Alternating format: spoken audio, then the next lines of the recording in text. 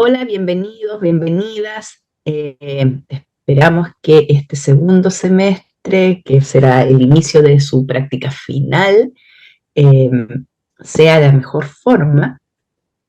La semana de inducción a la práctica final está en modalidad online, está organizada por la Dirección de Prácticas. Por lo mismo, nosotros estamos colocando en el chat del espacio virtual un link para que registren su asistencia, lo que también sirve de respaldo para ustedes en su participación a esta jornada. Esta jornada se divide en 3 días y también de forma paralela sus carreras deberían estar haciendo distintas inducciones a la práctica final, tanto para las carreras de formación de pedagogía como también las carreras que son de corte profesional como agrupaciones musicales o kinesiología. Esperamos que hoy día disfruten mucho la jornada porque nuevamente Manuel nos va a instalar un tema de conversación que es bastante interesante para ustedes y también nosotros como dirección de práctica daremos unas orientaciones posterior a la presentación de Manuel. Así que espero que puedan disfrutarlos y ahora les paso a Graciela Muñoz, quien es la directora de la dirección de práctica, que les dará unas breves palabras para empezar la jornada y así tengamos toda la energía de poder seguir adelante este nuevo proceso. Eso. Muy buenos días a los y las profesionales en formación que van a iniciar su práctica final en este segundo semestre. Desearle que sea un lindo proceso de aprendizaje y principalmente hacer hincapié en lo que decía Marcela, que la dirección de práctica está para apoyar este proceso. Después vamos a comentar alguna información que es relevante para todo lo que es yo voy a mostrar unas pequeñas láminas al inicio y luego le daré la palabra a Manuel Cuevas. Ok. Importante. Esta semana, del 15 al 19, es la semana de inducción organizada por nosotros. Estas jornadas van a ser exclusivamente en la mañana. Y además, aquí dice que las inducciones de carreras se deben realizar en la tarde. Sí, eso normalmente las carreras deberían hacerlo en la tarde o bien ya van a fijar una nueva fecha. Pero lo ideal es que se generen de forma paralela. Pero también va a depender de la realidad de cada carrera. Lo que no puede pasar es que ustedes solamente tengan esta semana de inducción y no tengan su semana de inducción de carrera. Eso sí es parte de lo que hemos ido estableciendo desde la dirección de práctica para que todos los estudiantes tengan la misma información y puedan ir de forma más segura a su proceso de práctica. Así que, si no en su carrera no sucede la semana de inducción, exíjalo. Es parte del proceso que nosotros deberíamos instalar constantemente en la universidad. Del 5 al 9 de agosto es la inserción de los educadores en formación, de todos los que van de la línea de pedagogía a hacer sus prácticas. Y por eso mismo también se hizo la semana de inducción esta semana, para no tener problemas, porque con el cambio de calendario escolar se ha visto muy reducido este proceso tanto para el primer semestre que ya pasó, como para el segundo semestre que viene. Entonces, del 5 al 9 de agosto, ustedes deberían ya estar o ser presentados en su centro de práctica o bien iniciando su proceso. No antes, 5 al 9 de agosto. La práctica para pedagogía finaliza el 29 de noviembre aproximadamente. Sin embargo, si por algún motivo su práctica no se inicia entre la semana del 5 al 9 de agosto, siempre hay un margen de ajuste, que en el fondo eso cada carrera lo va a conversar con usted al iniciar su práctica final. Para las carreras de kinesiología y agrupaciones musicales, el calendario de inicio es diferente, porque tienen otro ritmo y eso cada carrera se lo va a indicar en su inducción propia de carrera. Pero al menos lo que es lo más masivo, deberían hacer eso los tiempos de la práctica en el segundo semestre. Este es un calendario de entrega de evaluaciones que nosotros normalmente lo socializamos con cada carrera de pedagogía y debería estar en el espacio virtual también estas fechas acordes. El 23 de septiembre, la primera entrega del portafolio digital. El 4 de noviembre, la segunda entrega del portafolio digital. El 29 de noviembre, como se le indicó, la finalización de la práctica en los centros de práctica. para pedagogía, y del 9 al 13 de diciembre, revisión final de los portafolios. Del 16 al 20 de diciembre se cierran las actas. Entonces, lo importante es que ustedes entreguen sus portafolios a tiempo en el espacio virtual, y para hacer esa entrega en el espacio virtual el viernes, para los profesionales que están en las carreras de pedagogía, van a tener la jornada con la UDFB, viendo cómo se hace todas las entregas en el e-virtual. Yo sé que hay carreras que, como por ejemplo educación parvularia, que trabaja hace mucho tiempo con el e-virtual, entonces a veces siente de que no es tan necesario este taller, pero la verdad es que si a lo mejor alguno de ustedes no se siente todavía tan seguro en el manejo del e-virtual, o bien o de cómo construir un portafolio digital, el viernes es el día del trabajo para poder superar esos temores. Esas son como las fechas importantes. Esto igual, nuevamente sus carreras lo van a volver a replicar y les van a indicar cuántas son las fechas, y sale en el espacio virtual. Cristian.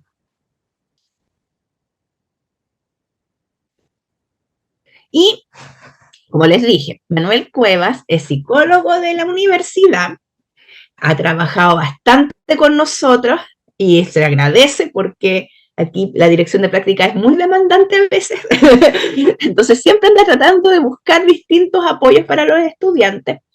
Y gratamente, la verdad es que la vinculación con la DAE, a través de la figura de Manuel, ha sido una ganancia, yo creo que para todos. Y por lo mismo le propusimos que para este segundo semestre hiciera una charla en torno a qué es ser un profesional en la actualidad, que es una pregunta que para ustedes va a ser una pregunta que va a estar latente. Entonces, creemos que puede ser una buena instancia de instalar esta gran pregunta para poder abrir otros espacios de autocuidado, de ver qué es lo que vendría a futuro. Pero eso son preguntas que van a tener que hacerse ustedes como futuros profesionales. Así que sin más vueltas que dar, Manuel, el micrófono es tuyo. Hola, muy buenos días a todas, a todos. Gusto en saludarles y gracias por la invitación, Marcela, Graciela, Cristian, Leslie, porque justamente, bueno, parte de mi trabajo como coordinador del programa de salud mental comunitaria, el foco es la prevención. Y la forma de prevenir consiste en comprender y entender las claves que circunscriben nuestro ejercicio formativo y en este caso concreto nuestro ejercicio práctico. La entrada en el mundo laboral es una instancia que puede generar mucho estrés, confusión, ansiedad, propia de cuando uno finaliza una etapa y comienza otra, ¿sí? Entonces, bueno, gracias nuevamente por la invitación, y la idea es que podamos compartir, conversar cuáles son sus preguntas, inquietudes, y ver cómo podemos responder, orientar y provocar la conversación, ¿sí? Así que voy a partir por mostrarles, bueno, yo soy psicólogo social, me dedico a los temas del mundo de salud mental, y específicamente los temas que son de mi interés y donde me he desarrollado profesionalmente tienen que ver con el mundo del trabajo, y también ligado a los espacios de formación para el mundo del trabajo. Y aquí en la universidad, bueno, a cargo como decía ya, del programa de salud mental comunitaria, que busca un foco en la promoción y en la prevención de situaciones de salud mental que afecten, ya sea la salud mental o el bienestar de los estudiantes. Y en este caso, bueno, vamos a pensar respecto al mundo del trabajo, tema de salud mental, en el contexto de práctica final. Vamos a trabajar primero viendo si hay algunas preguntas que ustedes tengan, expectativas de cuando aparece la idea de trabajar hoy en torno a qué es ser un profesional en la actualidad. Después yo voy a exponer algunas ideas a propósito, intentando responder o delimitar algunas de sus preguntas, y luego eso podamos también ir estableciendo un diálogo que permita también orientar los apoyos que ustedes requieren y poder, digamos, también en función de eso, ver qué otras líneas de acción podemos realizar en conjunto. Entonces me gustaría que por chat, si ustedes pudieran escribir, digamos, qué les gustaría hoy día aprender, qué esperan hoy día de la jornada. Si pudieran comentar en el chat, o alguien quisiera levantar la mano y decir, oye, yo yo creo que este tema, porque estoy aquí y me interesaría saber sobre, ¿sí?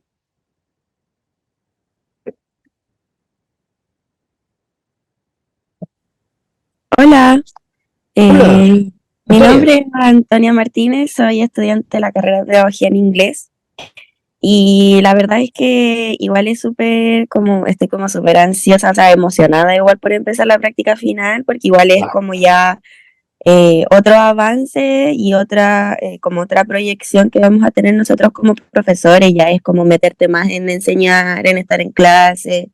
E igual me gustaría saber cómo, por ejemplo, el manejo de situaciones complejas, ya sea así como, por ejemplo, que hay algún evento en el que nosotros no estemos preparados como docentes o profesionales de, no sé, de regularizaciones emocionales que puedan tener los estudiantes.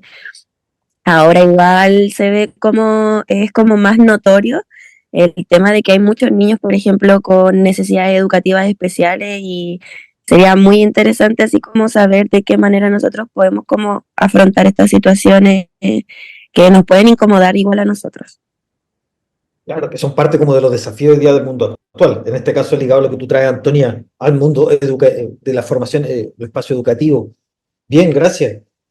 ¿Alguien más que desea comentar, ya sea como decíamos por el chat o a mano alzada, que lo pone ansioso o ansiosa, como decía Antonia? Bueno, a mí me pasa que es que no Damaris. sé, siento que, hola, bueno,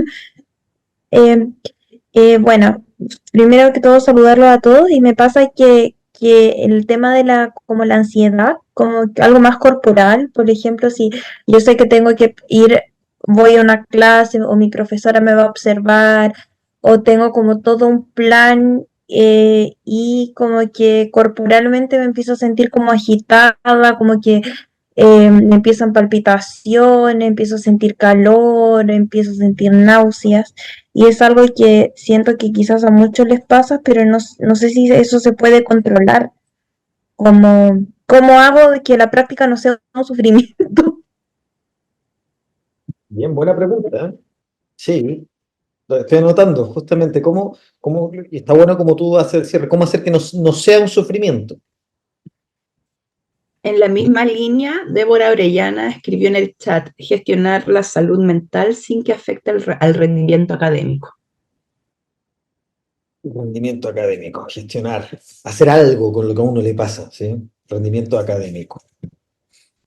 Bien, no sé si hay otro comentario, después yo puedo ir dando también, como decía, espacio como para que podamos ir profundizando, ¿sí? No sé si hay algo más, Marcela, que tú veas en el chat, ¿no? ¿Alguien más, una última palabrita? Hola, buen día a todos y todas. Hola, Disculpe, Valentina, Educación Diferencial. Eh,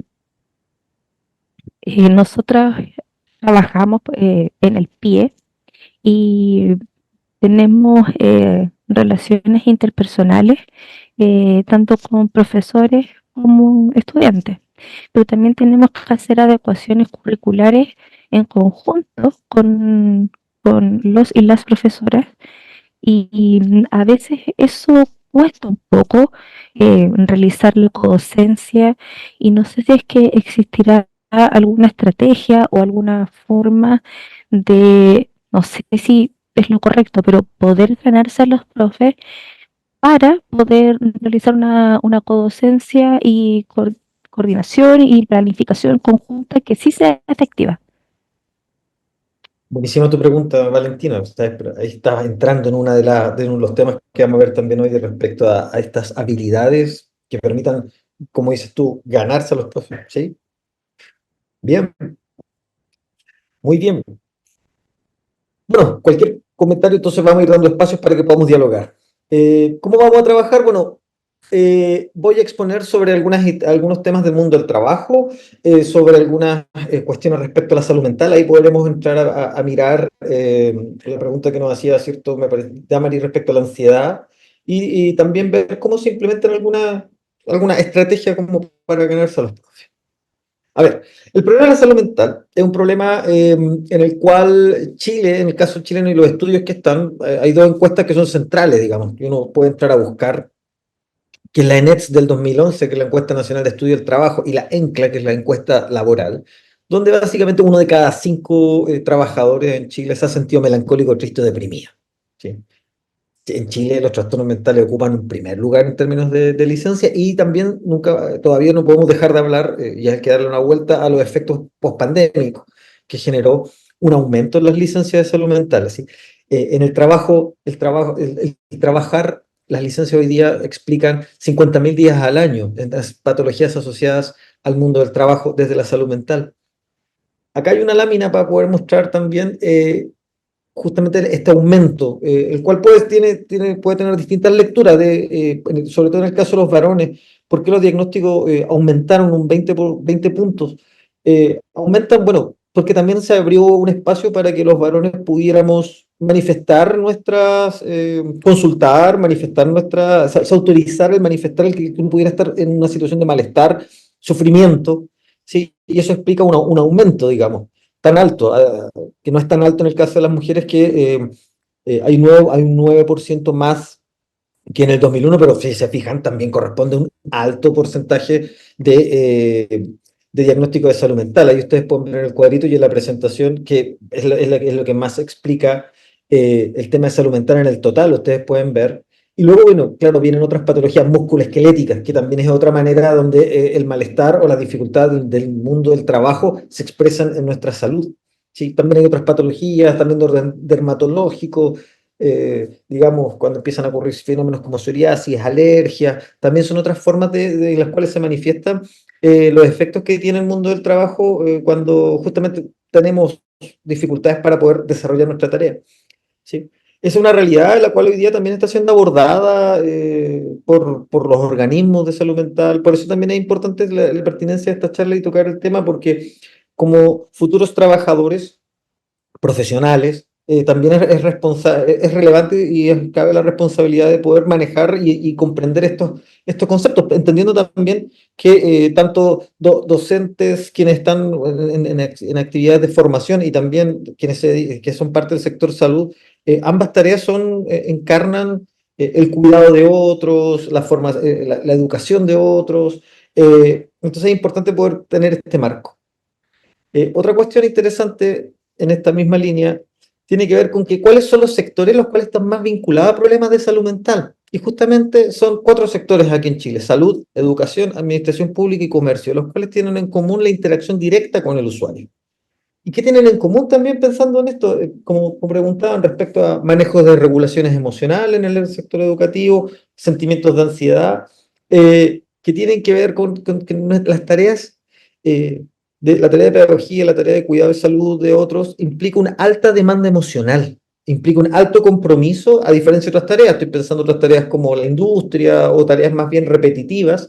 En el caso de las profesiones en las cuales hay interacción con el usuario, eso requiere muchas veces que uno tenga que ocultar, disfrazar, reprimir emociones para poder atender a la emocionalidad del otro. Y eso genera un desgaste, eso genera un agotamiento.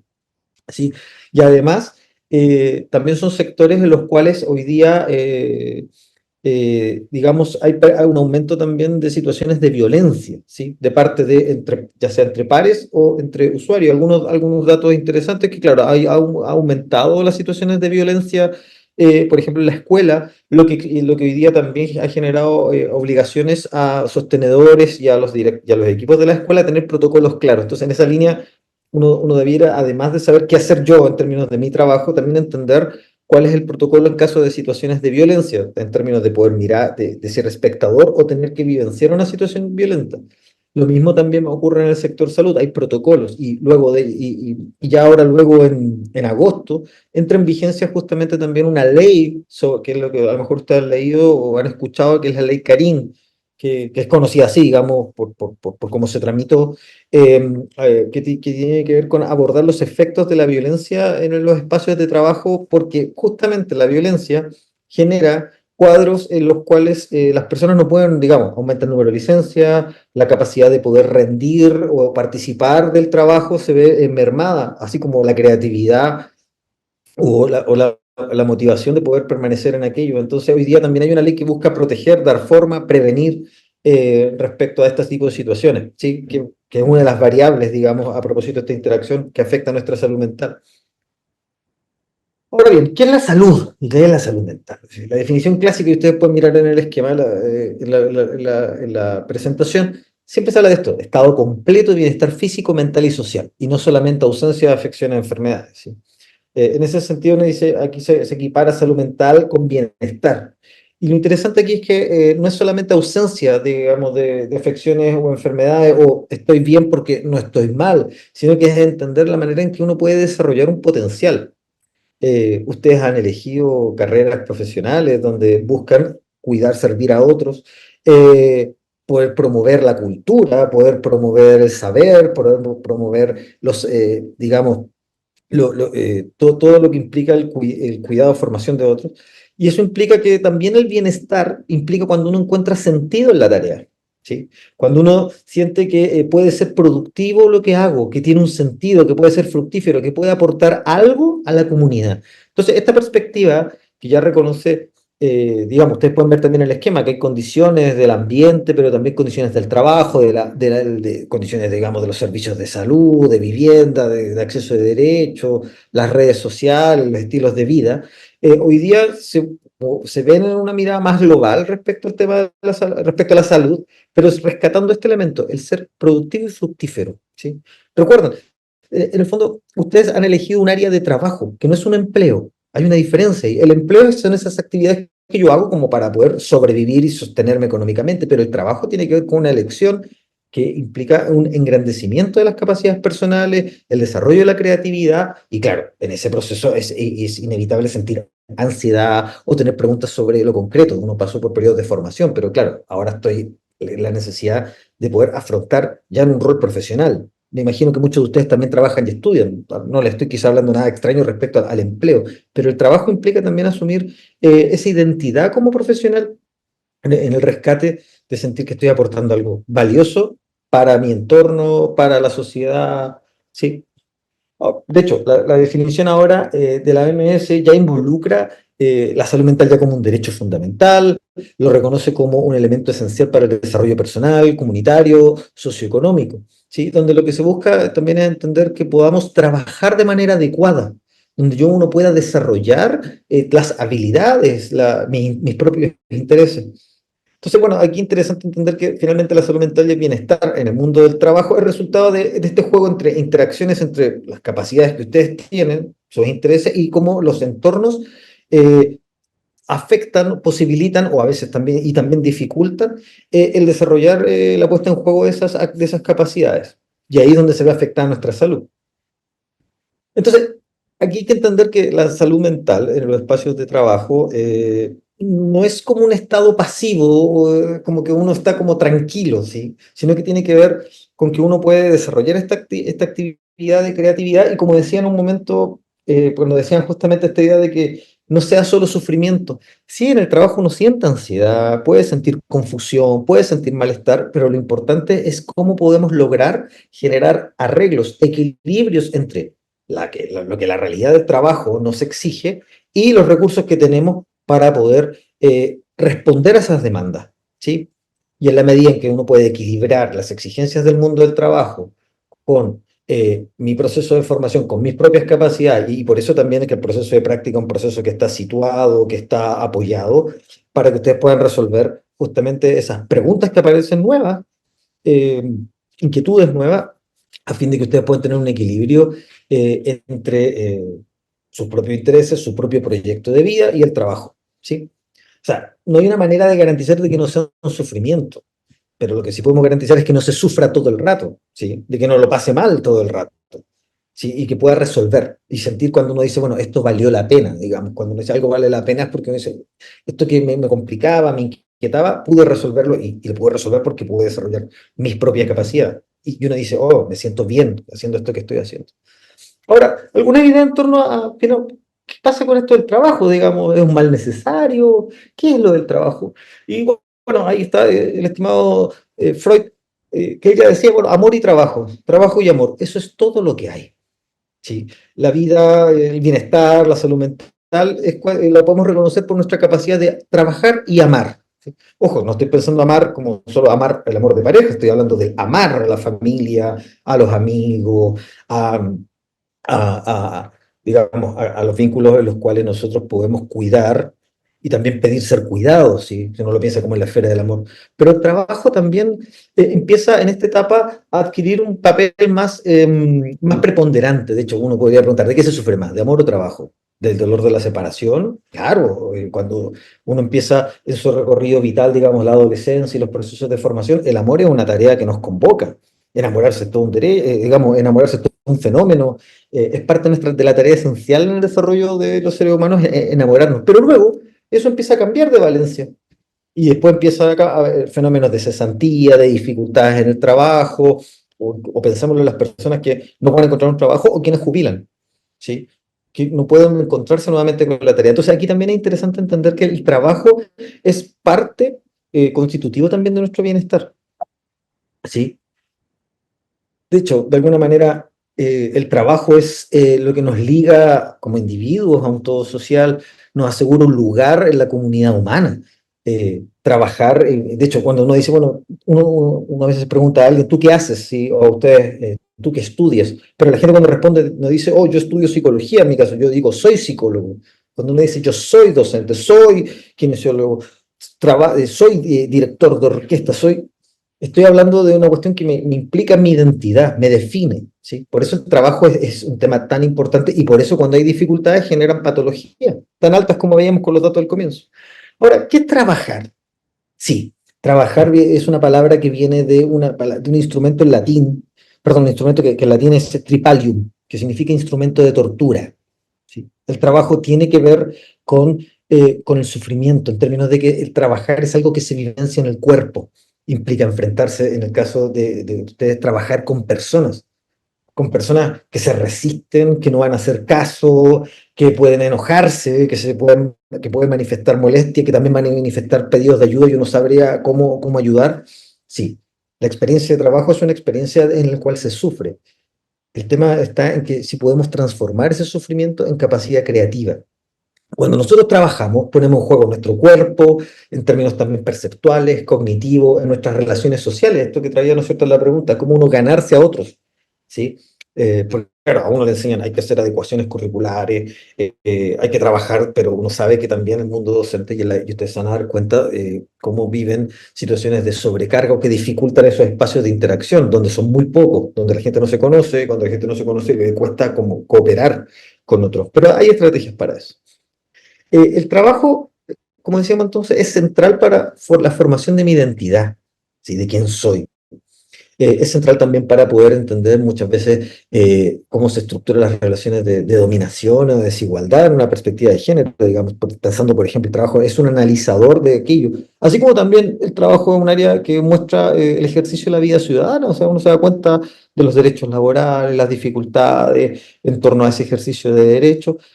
Y además el trabajo es un área en la cual permite algo central, que es producir nuevos conocimientos. Entonces, si se fijan, uno está, como que está estructurado en distintas capas de nuestras interacciones, definiendo y siendo central en nuestra economía psíquica, en nuestra salud, en nuestro bienestar. En ese sentido, el trabajo es una instancia que permite mediar. De hecho, el primer trabajo, si uno lo piensa, es jugar. Jugar en términos de trabajo como actividad humana. Jugar es el primer trabajo. ¿En términos de qué? De que tiene normas. Hay formas de jugar. El juego es el primer trabajo psíquico. Bueno, hay otro anterior, que es el trabajo del sueño. Pero para poder pensarlo con más claridad, lo que implica interactuar con otro, ponerse de acuerdo con otro. ¿Sí? Incluso cuando uno juega como juegos solitarios, está con normas respecto a las normas de ese juego. El trabajar en una mediación, entonces, entre mi estabilidad psíquica, mi interioridad, mi intimidad, si se quiere, y mi interacción con otros en el campo social. ¿Sí? De hecho, uno ve quienes tienen la oportunidad de trabajar con niños chicos, cómo son tan rigurosos respecto a ciertas normas, ha cumplido o no cumplió la regla de un juego, porque ahí se juega. Se juega la identidad, en ese caso cuando el niño está jugando, pero después cuando ya estamos trabajando, que es como, no es otra cosa, digamos, perdón, no es un juego, sino que es una actividad creativa, con un horizonte, uno empieza a encontrar que eso que genera, está vivo ese trabajo. a uno lo preocupa. De hecho, es muy probable que uno sueñe con el trabajo, sueñe con lo que está haciendo, y eso no tiene nada de malo. No es como, estaría teniendo un problema porque sueño con mi trabajo. No, todo lo contrario. Es un signo incluso de salud. Cuando yo sueño con mi trabajo, da cuenta de que tengo un gran compromiso. Y segundo, significa que todavía tengo recursos en mi salud mental para poder producir y encontrar soluciones creativas. De hecho, en la medida en que ustedes se vayan desarrollando en su historia personal en el ámbito del trabajo, más de alguna vez van a encontrar soluciones y respuestas en actividades oníricas, en el trabajo o el sueño, ¿sí? Y eso habla bien, porque significa que usted todavía tiene salud. De hecho, el gran problema en general en el mundo del trabajo es cuando las personas ya tienen que consumir medicación, por ejemplo, para dormir o para manejar el insomnio, porque una cosa es dormir y otra cosa es estar sedado, no es lo mismo. Cuando uno está sedado, es decir, necesita ocupar medicación para poder descansar, que es algo que hay que hacer, descansar. Si uno no descansa, está en riesgo de accidentarse o de accidentar a otro, no está soñando. Sí. Entonces, claro, por eso recuperar una relación con el trabajo, todo lo que implica las normativas del trabajo, en torno de cuidar esas capacidades creativas, justamente recuperar nuestra salud. El trabajo en ese sentido es vital para nuestro proyecto personal. Ahora, ¿qué es lo que ocurre cuando uno trabaja? Este esquema puede mostrarnos un poco, y tiene que ver con el foco de lo que queremos conversar también, que está hoy. En todos los espacios hay un trabajo prescrito, es decir, lo que a uno le dicen que hay que hacer, lo que uno leyó y se documentó y dijo, de esto se trata. Pero entra en tensión con lo que se llamaría el trabajo real, lo que ocurre ahí. Y eso entra en tensión. Y muchas veces en los procesos de práctica profesional ocurre que es como, puta, a ver, esto yo no lo vi de esta forma, entro a dudar de mis conocimientos, esto no tendré que ir a buscar, estudiar o preguntar a algún profesor, porque claro, una cosa es lo que está prescrito y otra cosa es la exigencia real de ese trabajo. Y bueno, aquí hay que partir de una base. Todo trabajador quiere hacer bien su trabajo. ¿Por qué? Porque el trabajo bien hecho habla de mis capacidades, de mi identidad. Entonces uno sufre. Eso es lo que se sufre. Se sufre la idea que tengo del trabajo y cómo se dan las cosas. Y eso puede generar, tiene dos efectos. Puede generar patología, ¿sí? Porque el problema, de hecho, aquí aprovechando de responder la pregunta, como decíamos, el trabajo va en el cuerpo. La ansiedad no es una enfermedad, uno no está enfermo de ansiedad. Ahora, claro, si esa ansiedad se cronifica, si esa ansiedad implica comportamientos que están dañando mi salud, claro, pero no es que usted esté enfermo de ansiedad y se vaya a mejorar sacándole la ansiedad. Lo que ocurre es que esa ansiedad, que nos sirve, de hecho, nos sirve esa ansiedad, de hecho, por ejemplo, para poder yo preparar esta charla, tengo que tener un monto de ansiedad para prepararla, imaginarla, cómo lo vamos a hacer y poder desplegarla, ¿sí? Otra cosa es que la charla me quitara el sueño y no pudiera dormir haciéndola, ¿se entiende?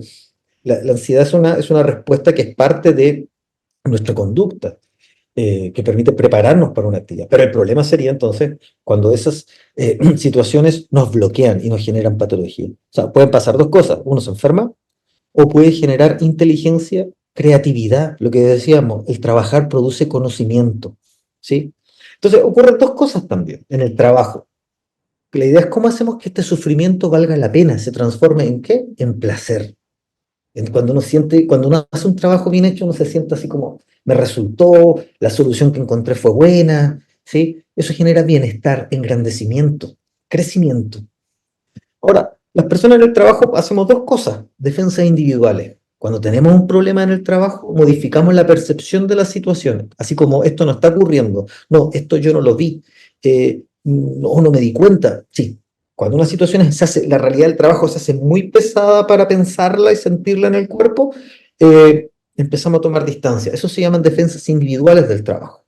Por otro lado están las defensas colectivas, que es cuando ustedes van a ser parte digamos, de colectivos de trabajo. Ustedes no van a trabajar solo, van a tener pares, colegas, y es una cuestión interesante, entrar en el mundo del trabajo, mirar cómo lo hacen las personas. Van a encontrar que las personas se reúnen a conversar, hay grupos que hablan de ciertas cosas. De hecho, en general la gente siempre está como hablando del trabajo.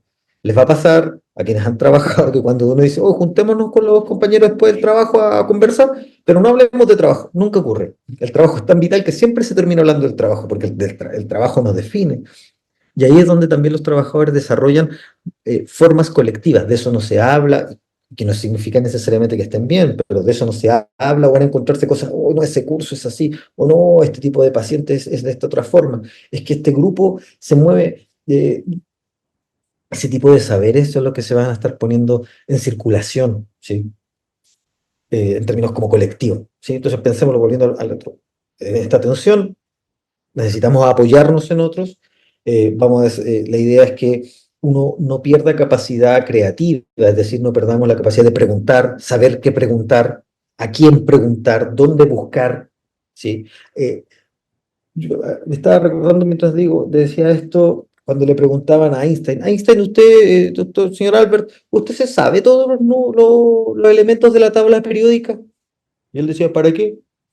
Yo lo que necesito no es saberme la tabla periódica, yo necesito saber qué es lo que tengo que entender cuando miro la tabla periódica, ¿sí? Entonces, porque una de las primeras cosas que empieza a pasar frente a la ansiedad del trabajo es como que uno se siente que tiene que recordarlo todo. No, no tienen que recordarlo todo, tienen que saber dónde buscar cosas, a quién preguntar, que es distinto. Oye, el trabajo cambió, hubo cambio en el mundo del trabajo. El trabajo antes estaba más estimulado en términos de trabajo en equipo, metas colectivas, había movilidad ascendente, las personas podían ascender en el trabajo como resultado del reconocimiento que daban otros y lo que permitía que las personas pudieran hacer carrera, ¿sí? Y también había un respeto y conciliación entre el tiempo de trabajo y el tiempo libre, ¿sí? Y eso implicaba también, cuando uno lo revisa en la historia, de los esfuerzos, digamos, sindicales, gremiales, que permitían generar negociaciones más amplias. Hoy el mundo del trabajo ha devenido en una competencia más individual, de metas individuales, donde cuesta mucho esto de ascender, generar movilidad. Como dice ahí, alta doble presencia. Hay mucha sobrecarga entre el mundo personal, el tiempo libre, la familia y conciliar el mundo del trabajo. Y también eso se traduce como en acciones más bien de orden individual. Yo quiero cuestiones para mí. ¿Sí? Cuesta pensar la idea de colectivo. Eso ha devenido, digamos, en el tiempo del mundo del trabajo, porque se han introducido técnicas nuevas, evaluaciones individuales, la idea de la subcontratación de los trabajadores, aumentando la presión por el trabajo, destruyendo los lazos de confianza, lealtad, solidaridad. ¿Sí? Digamos, dada la sobrecarga, las personas empezamos a trabajar más solas y eso nos hace mal porque genera efectos de aislamiento. Ya no tengo cómo apoyarme en preguntarle a alguien cómo se hace esto, por qué este profesor es así, por qué este colega es de otra manera. Genera mucho individualismo y soledad. Y fíjense, eso se puede vivenciar como un problema de salud mental, pero eso no es un problema de salud mental en términos de que a usted le pase algo. Usted está resintiendo los efectos de un mundo del trabajo que eh, en algunos espacios más, en otros menos, empieza a generar niveles de presión, donde genera efectos en las personas, ¿sí?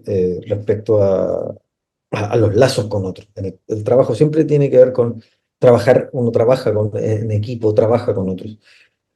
Algunas de las cosas que pueden pasar en el trabajo también tienen que ver con los síndromes de burnout, por ejemplo, que es un síndrome de desgaste, donde lo principal aquí es que se pierde el sentido del trabajo, ¿sí?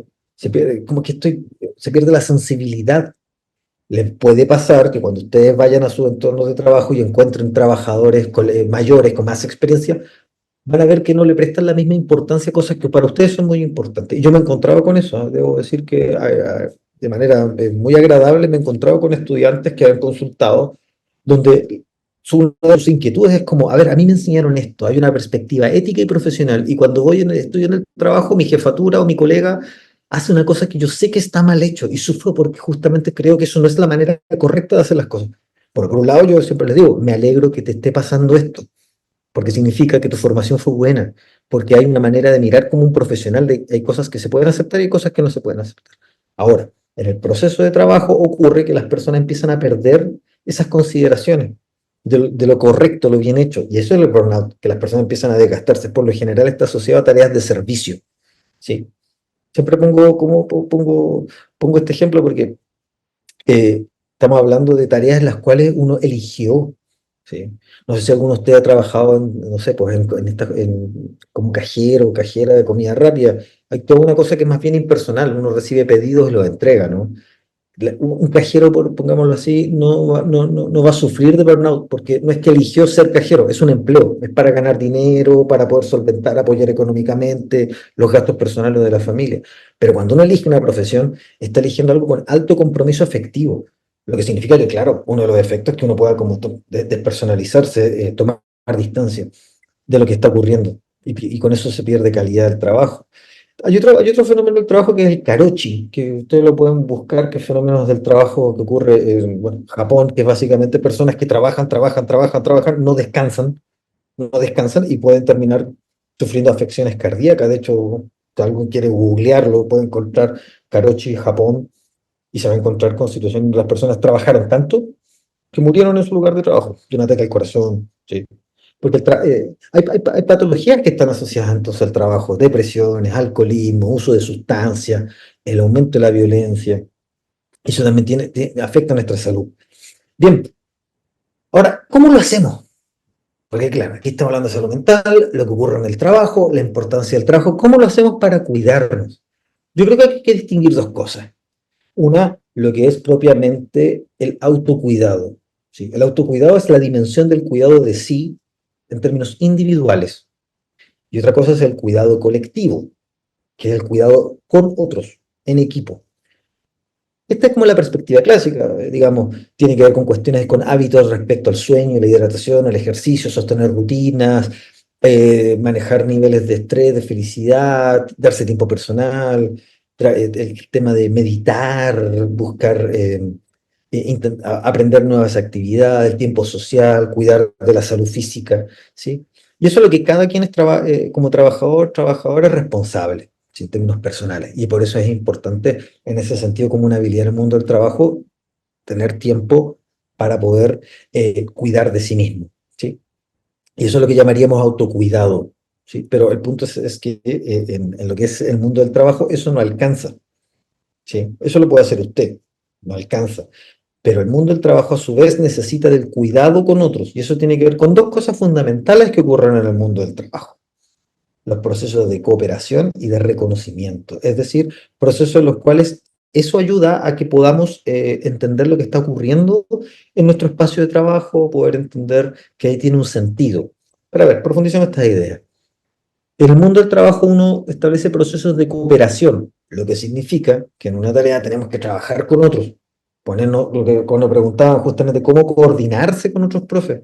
Claro, identificar objetivos, saber si ese otro profesor, ese otro colega está de acuerdo con lo que yo estoy leyendo. Para poder ahí como ganarse a los profes, hay que, más que decir esto es lo que hay que hacer, que sería lo prescrito, hay que escuchar cómo lo ve, reconocer la experiencia del otro.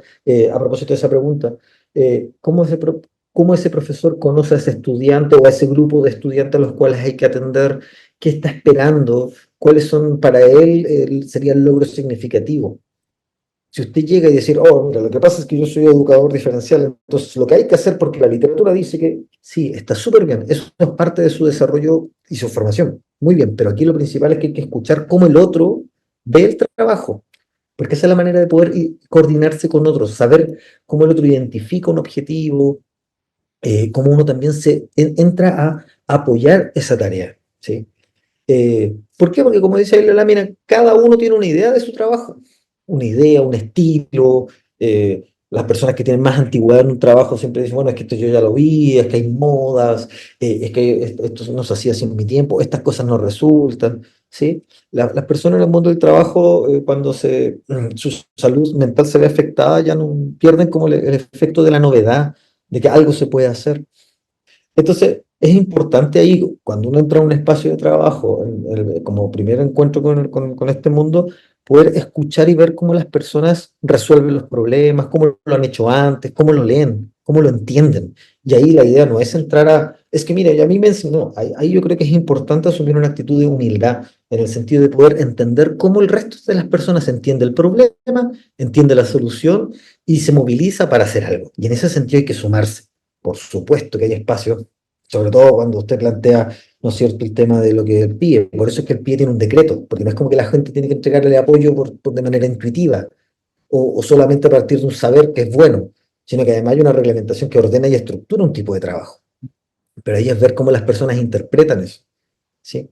Entonces, por eso es importante coordinarse, es decir, en base como a los marcos formales, pero cooperar es otra cosa. Cooperar tiene que ver con cómo pasa realmente lo que inquieta a alguien en su trabajo.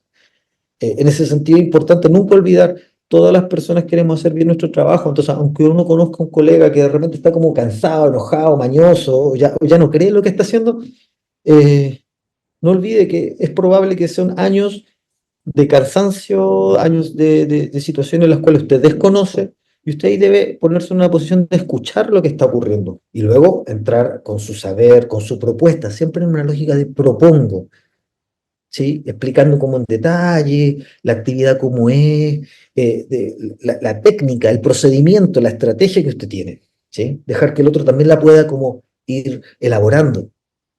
Porque finalmente se trata, en el mundo del trabajo hay dos procesos, digamos. Hay una palabra que a lo mejor es bien desconocida, no se usa mucho, que es la deóntica, que es cómo articulamos normas de trabajo y cómo confiamos. Lo interesante de la confianza, sí, que es una habilidad, confiar y ser confiable, es que ¿cómo alguien puede confiar en nosotros? ¿Cómo confiamos nosotros en alguien? Solo trabajando con esa persona. Saber cómo mira, cómo habla, cómo hace las cosas que hace, cómo pregunta, cómo maneja información, ¿sí? Entonces, ahí hay una cosa que es como que está en nuestra, podríamos decir que son como variables blandas que tenemos nosotros en nuestra formación. Por otro lado, hay otro proceso que es el de reconocimiento, que básicamente cuando un usuario, una jefatura, la sociedad agradece sí lo que usted hace, pero otra cosa es la calidad o el trabajo bello. Por eso es importante la retroalimentación, por eso es tan importante como proceso en la interacción en el trabajo con otras personas, porque implica saber si lo que yo estoy haciendo tiene sentido. Ah, ¿fue solo suerte? ¿La chunté? ¿O hay una lógica que otro puede reconocer y decir, oye, mira qué bien lo hiciste? ¿Sí? Por eso también es importante el eh, reconocer el trabajo, y por eso es tan importante el trabajo en grupo con los pares para poder mirar. Y en esa situación, como en una situación, digamos, de práctica, también es importante en ese sentido poder preguntar cómo alguien razona, porque cuando uno está más, uno tiene más experiencia, ya como que funciona de manera automática. Entonces es importante saber preguntar, entender cómo el otro, de dónde sacó o creó una solución, ¿sí? Para una situación. Ahora bien, ¿qué es lo que aprendió finalmente el mundo del trabajo hoy día? Que hay que escuchar sin juzgar, ¿sí? Después del tema de la pandemia, que generó cambios en el mundo del trabajo, como decíamos, aumento de patología de salud mental, también la gente se empezó a preocupar los espacios de trabajo porque, claro, aumenta la rotación, el número de licencias. Entonces, una de las cosas que hoy día se ha aprendido es a escuchar sin juzgar, escuchar como espacio de apertura a otros. Establecer objetivos claros, eso es importante, una habilidad muy fundamental. Un objetivo claro implica precisión en las palabras, que quede claro lo que acordamos. Es como cuando usted dice, no sé, hay que hacerlo bien, ya, pero ¿qué significa hacerlo bien? Hay que desglosar momentos, distinguir etapas, establecer objetivos claros que uno pueda como medir, que uno pueda decir, vamos avanzando, nos falta, ¿qué nos falta? O ¿por qué no podemos avanzar con esta actividad para llegar a un objetivo? Eso es importante, que las personas podamos tener claro que estamos de acuerdo en lo mismo. Y por otro lado, un foco en la prevención, que básicamente es como a partir de las normas que nos damos, de los espacios en los cuales estamos en el trabajo, permiten hablar. Entonces ustedes van a ser parte de equipos, por ejemplo, donde hay espacios para poder hablar, y ahí es súper importante participar. Las reuniones de equipo son una forma de prevención, de poder hablar lo que está ocurriendo. También se van a encontrar con espacios en los cuales la gente no se habla, o la gente cuando discuta abiertamente en ciertos espacios, porque hay lugares en los cuales las comunidades también están más, de trabajo están más dañadas. Ahora bien, hoy día, ¿qué es lo que hoy día uno puede pensar en el mundo actual? Pero antes de seguir acá, no sé si aquí hagamos una pausa, porque para saber en qué están pensando, qué quieren comentar. Nos escuchamos.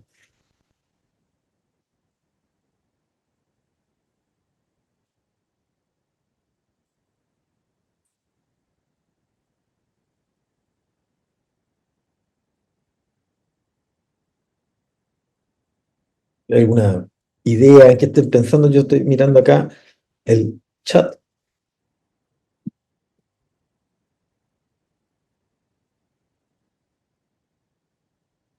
Débora dice todo claro, buenas herramientas, gracias Débora. Pueden ocupar el chat o también levantar la manito, ¿ah? Sí.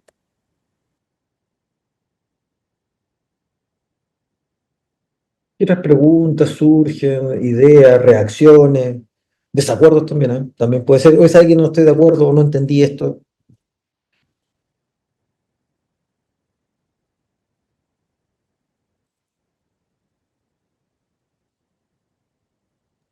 No está quedando todo muy claro, dice Javier. Gracias, Javiera. Ustedes son los que saben eso. Y yo, mi tarea es que si hay preguntas o hay que explicar algo de nuevo, yo lo explico. Para eso estoy. ¿Sí? Bien. Vamos. Continuamos mirando ahora justamente, bueno, y hoy día todo esto que estoy comentando, que son temas, ¿cómo ocurren hoy día en el mundo actual?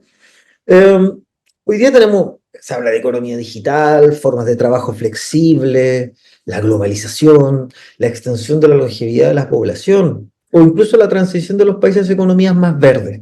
Son formas de hoy día del mundo del trabajo, ¿sí? En su sentido amplio.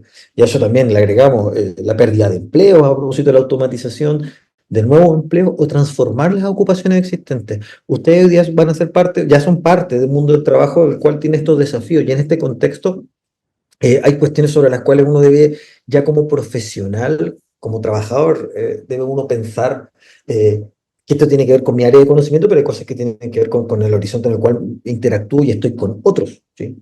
Porque estos factores nos afectan a todos, digamos, a nuestros usuarios, a quienes reciben nuestros servicios, nos afectan. ¿Qué es lo que ocurre hoy día entonces? A propósito de esto, bueno, básicamente hoy día hay habilidades que en términos gruesos uno puede distinguir como entre habilidades cognitivas, técnicas y habilidades socioemocionales o blandas. ¿Cuáles son las cognitivas? Bueno, las cognitivas estamos pensando, claro, estamos hablando de procesos de memoria, pensamiento flexible, cuestiones que tienen que ver con el poder pensar, leer, aprender, recordar, razonar, prestar atención. Y en ese grupo, en un trabajo de estas habilidades, bueno, hay unas más específicas, que son justamente los cuales ustedes han formado. Por eso dice ahí incluir también las académicas, conocimientos fácticos, conceptos, procedimientos, formas de proceder en un área especializada de un saber, de una tarea, de una ocupación. En ese sentido también ahí se agregan las técnicas, digamos, que básicamente es como una profundización ya como en el procedimiento mismo. Podríamos decir actividades cognitivas y las técnicas son más específicas. Y en otra, y las que son hoy día relevantes, bueno, también además de las otras, porque nos permiten el proceso mismo del trabajo, tiene que ver con las habilidades socioemocionales o blandas. Como dice ahí, son las que nos diferencian de los robots, de las máquinas. Tiene que ver con actitudes, sus sistemas de creencia, su forma de ser, con los comportamientos propios que tiene un trabajador. Y eso tiene que ver con cuestiones como la comunicación, negociar, la capacidad de resolver problemas, ¿sí? Pensamiento crítico, la empatía, son habilidades, la adaptación al cambio. Acá están listadas, ahí estaban extendidas, disculpen, acá están listadas. Claro, la comunicación, ser preciso. La comunicación en parte, y ahí por eso también dice pensamiento crítico, saber escuchar. Siempre pensamos que el pensamiento crítico es como tener algo como crítico que decir. El pensamiento crítico parte con saber escuchar críticamente, saber qué está diciendo alguien, qué le duele cuando está hablando, qué es lo que lo inquieta, qué es lo que capta su atención. Y eso implica ahí parte el pensamiento crítico. Las posibilidades también de resolver problemas, claro, hay un saber de habilidades cognitivas, académicas, pero también hay cuestiones más blandas, por eso están puestas acá, que tienen que ver con resolver problemas, con negociar muchas veces situaciones, la forma en que uno se adapta al cambio, cómo uno genera habilidades de liderazgo, cómo uno genera procesos de confianza. En ese sentido, acá hay algunas definiciones. Negociar. Y esto es interesante porque ustedes se están transformando en profesionales, por lo tanto, ustedes ya tienen que empezar a comportarse en ese ejercicio como pares. Sí, si bien justamente todavía no están en este momento intermedio del egreso, eso implica que al ser profesional, a diferencia de ser, digamos, de no ser profesional, cuando uno no es profesional o realiza tareas, como decíamos, de empleo, uno recibe instrucciones y uno las ejecuta. Trabajos más repetitivos, ¿sí? Más estandarizados, diga esto, hágalo así. Cuando uno es profesional, lo que se está poniendo en juego es la capacidad de negociar en términos de que somos pares, son colegas, ya nos relacionamos con colegas desde ser colegas, y lo que se busca es desarrollar capacidades también de creación, o sea, negociar posiciones, ¿sí? Argumentar una idea, defender una posición, llegar a acuerdos finales, negociación, creatividad, utilizar una respuesta creativa para poder resolver problemas.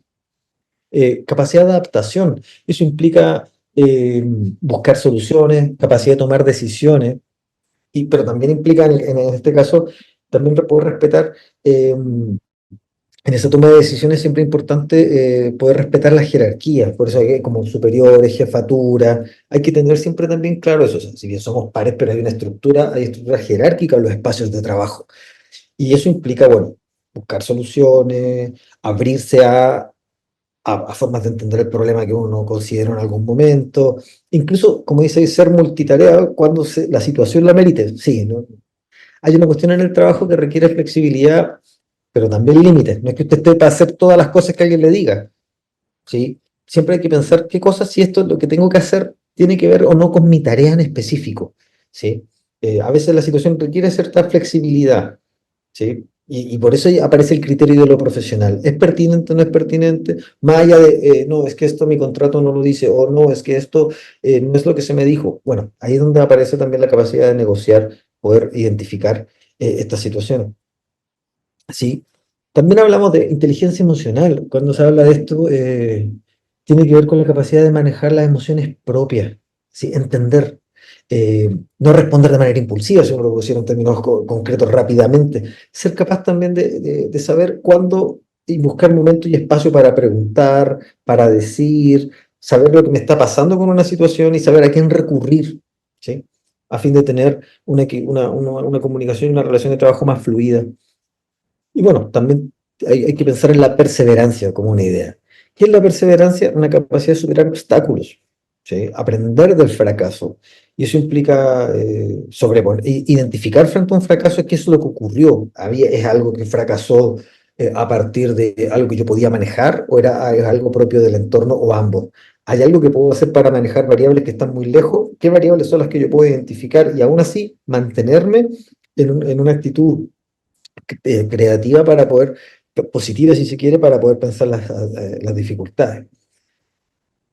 Muy bien, en ese sentido, bueno, hay un esquema, digamos, que parte como del proceso finalmente cuando uno empieza, porque estamos hablando de que ustedes están finalizando una etapa.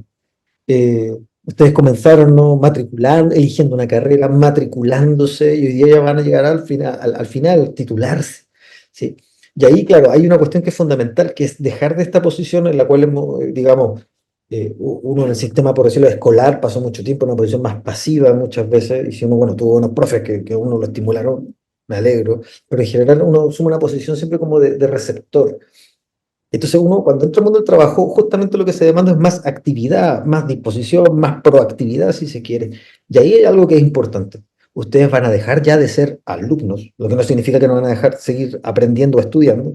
Uno, van a dejar de estar en una posición en la cual son hijos, niños en sus familias, niños en el sentido de, digamos, uno siempre es hijo, pero una cosa cuando se convierte, termina de convertirse en un adulto, más allá de la cuestión formal de un carnet, sino que en términos de autonomía, de límites personales, ¿sí?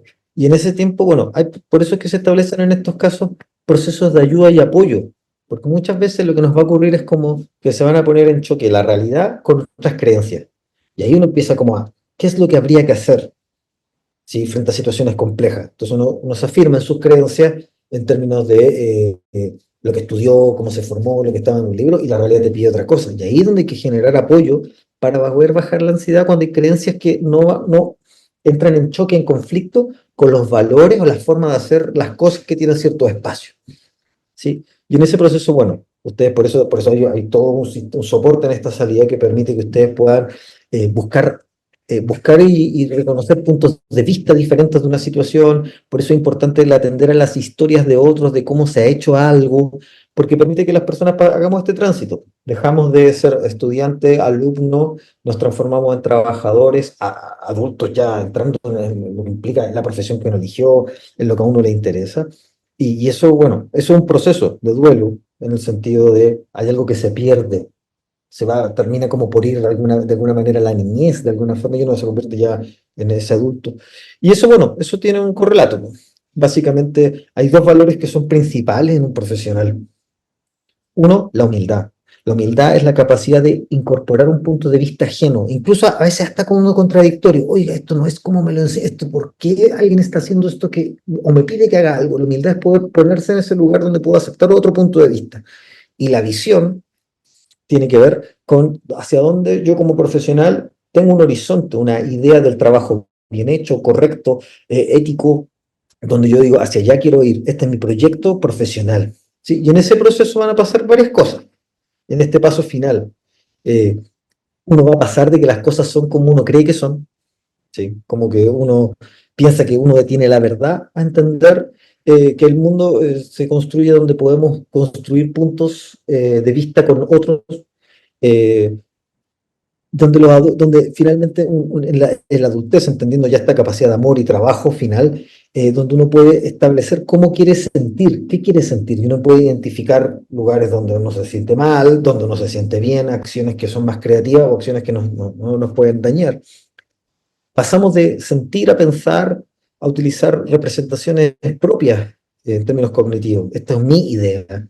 Y afectivamente también, pues aprendemos a buscar reacciones específicas con cada vínculo. No es lo mismo hablar con el usuario que con una jefatura, que con la familia. Uno empieza a encontrar ese manejo de lo que me están pidiendo, cómo reacciono, porque hablábamos de inteligencia emocional, cómo reacciono frente a ciertas situaciones, cómo busco y manejo mis emociones que no me desborden y luego de eso busco atender, ¿sí?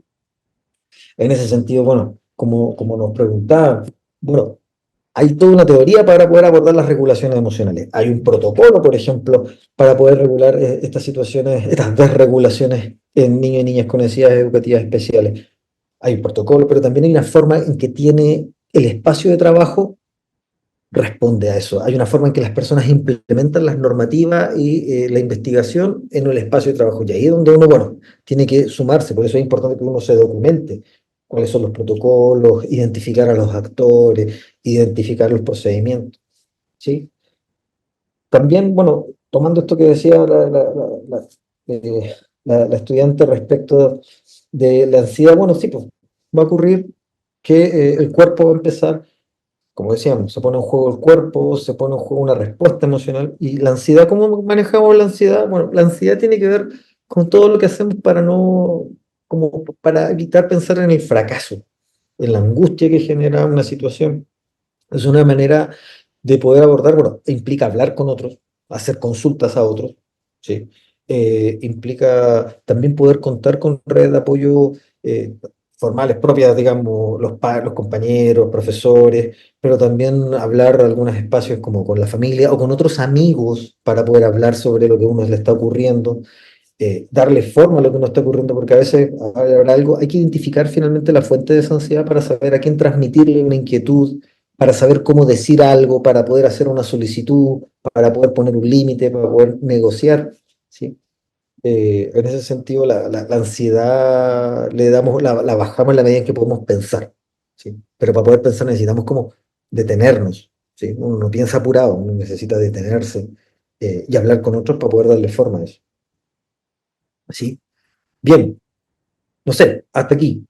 Ya estamos terminando. ¿Sí? Hay una mano arriba de Valentina Barrios. A ver. Ah, sí, aquí la vi también. Valentina, la escuchamos. Disculpen, una consulta. Todo lo que hemos trabajado aquí, ¿verdad? Trata de un campo holístico, pero a veces muchas decisiones que que tenemos que tomar no pasan ni siquiera por nosotros, nosotras y profesores. Y hay un medio que canaliza todo esto, que es convivencia escolar. ¿Cómo incluimos a convivencia escolar dentro de este espacio? ¿Estás pensando en alguna situación en particular, Valentina? Porque parece que escuché algo, pero como que se cortó justo esa parte. A ver, por dar un ejemplo. Eso, un ejemplo ahí, puedo responder.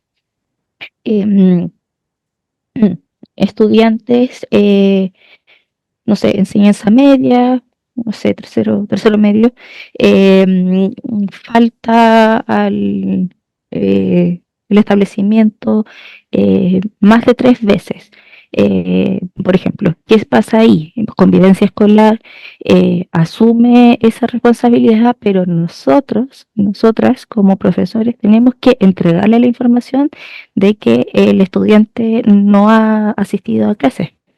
Entonces, ¿cómo nosotros nos vinculamos con convivencia escolar? A ver, en general, como decíamos, cada lugar tiene un espacio de reglamento y procedimientos que están, varios están mandatados por ley, sí, pero cada espacio tiene una manera particular de precisar. Eso mismo que tú dices, por ejemplo, recordaba una situación que viví hace como 15 años, justamente, ¿cómo se hace eso? ¿Cómo me entrega la información? Ahí uno debiera identificar, bueno, cuál es en ese caso las acciones en términos de lo que es retención escolar. Por lo general debiera haber algún trabajador social, por ejemplo, que es quien recibe esa información, donde uno comunica. Uno puede hacerlo desde, hola, mira, quería plantear que tal estudiante estoy preocupado, estoy preocupado porque hay un estudiante que no ha venido 3 veces, la última vez que lo vi pasó esto y esto. Me gustaría que informar o dónde quedó el registro o te envío un correo, en fin, hay que ver la manera en que se formaliza eso para que las personas de ese equipo hagan un seguimiento, el cual se puede traducir en llamar o ir a visitar y ahí quizás evaluar alguna situación, ¿sí? Entonces ahí es importante mirar los documentos formales y luego de eso como que ir a presentarse, por ejemplo, yo voy a un espacio nuevo y me presento, hola, en este caso acercarse a convivencia escolar, uno podría esperar que haya una reunión, a veces no hay espacios para hacer reuniones de presentación, pero en un espacio debiera como preguntar, de acuerdo a quién está supervisando en el terreno, transmitir esta pregunta, quién transmito, quién es, pedirle, ¿me podría presentar? Uno va con la persona, lo presentan, saludar, una cosa así como, en caso de que yo tuviera una inquietud, ¿a quién le escribo? Se fija cómo uno puede precisar un procedimiento, porque claro, la gente que está ahí, que lleva más tiempo, ya como que está automático, pero uno no, uno sabe, entonces por eso uno ahí debiera poder hacer esas preguntas, ¿sí? No sé si respondo, Valentina. Déjeme sacar esto de aquí. Acá, déjame. Sí, pero es como el tema de nosotros y nosotras como practicantes, por ejemplo, poder dar esa información a profesores. No sé si nosotros tenemos la facultad de poder vincularnos directamente con convivencia escolar o seguir esta normativa donde tienes que avisarle al profesor jefe, al profesor de asignatura y así. ¿Cómo se va escalando? Como dice Octavia, ahí depende del colegio, porque hay Sí, normativas, pero ahí es donde claro, uno tiene que ir preguntando, ya. ¿sí? Para precisar, ¿sí? Pero me alegra mucho tu pregunta, Valentina, porque denota tu interés genuino por poder hacer bien tu trabajo. Y ahí hay que preguntar. Ujú, gracias. Digámoslo así, no suponga, no hay que suponer cosas, mejor preguntarlas. Eso implica precisar y poder tener un dibujo más claro de eso, del Ya, proceso. fantástico. Igual voy Dale. voy a hacer una acotación a la duda que hizo Valentina. La verdad es que nosotros en la universidad siempre indicamos que el que tiene que estar o la que tiene que estar en conocimiento siempre es la profesora o profesor guía, porque en el fondo frente a cualquier cosa que tú requieras de respaldo, quien te debe respaldar es tu profesor y profesor guía en primera instancia. Entonces, de ahí eh, que siempre el primer conducto, más allá de los protocolos que tienen los establecimientos que son súper claros de cómo comunicarse con distintas unidades, tiene que estar en conocimiento el profesor guía.